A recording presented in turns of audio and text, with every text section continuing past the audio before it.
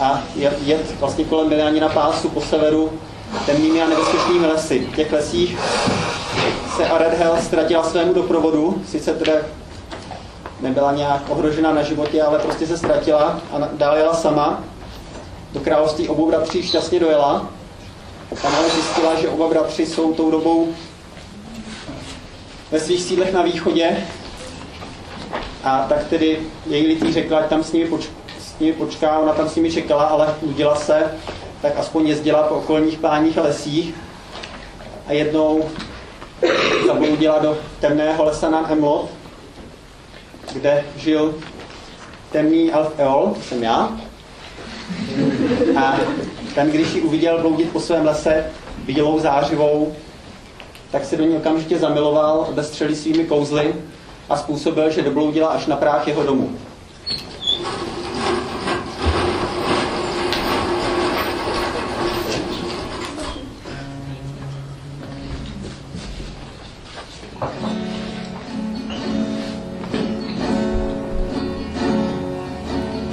Jsi tak jako smákání, do temných lesů sem k nám.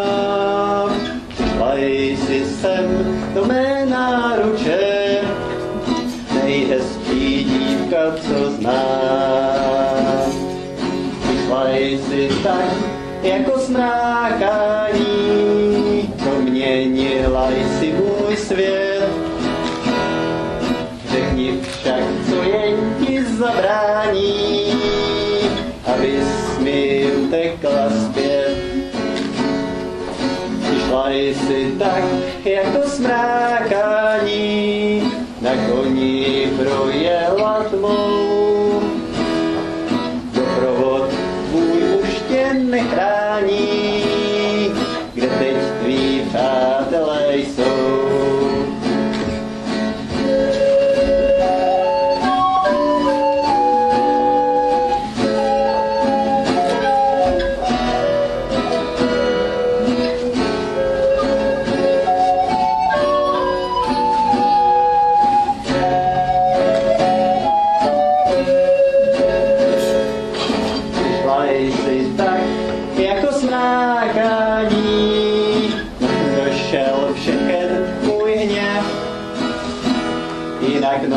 Doly odháním se zbraní, na jejich rukou lpí krev. Přišla jsi tak jako smrákání, připomínáš hvězdný slib.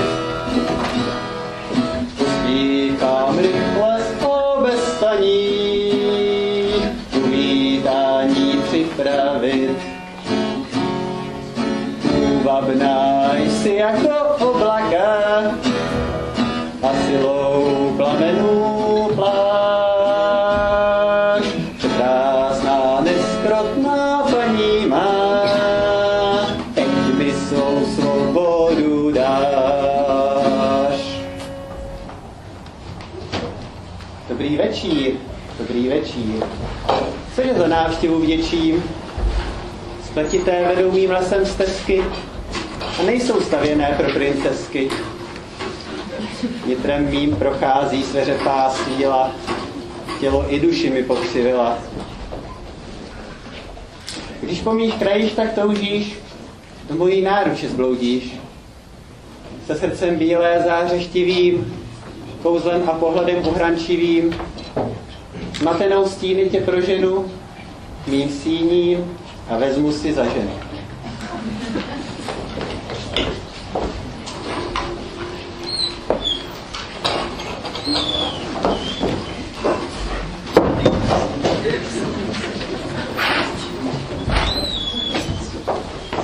Tak jak jste viděli, tak Eol byl dost divný elf, mírně řečeno. Teda ne jako, že to, že se mu líbil Aredhel, by bylo divné, ale byla pěkná, takže to bylo docela normální. Ale on sám byl divný elf, byl ze starého Thingolova rodu, nikdy nebyl ve Středozemi, to jsem také říkal temný.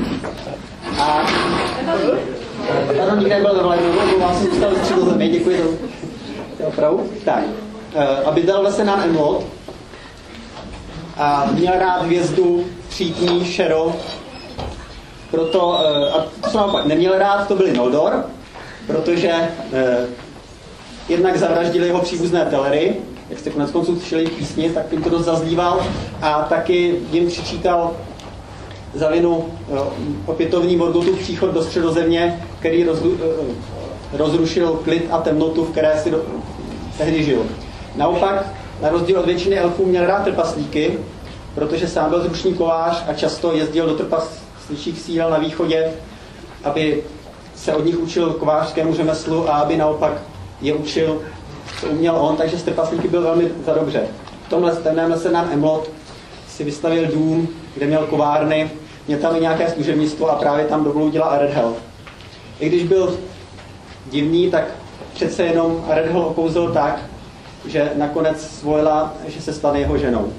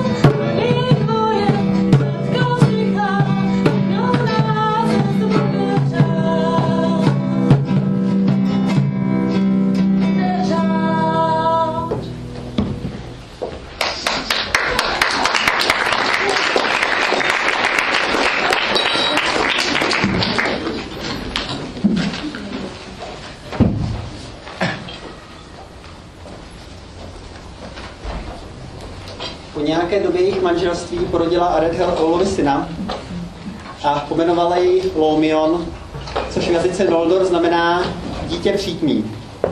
Meglin synovi spolu jméno nedal.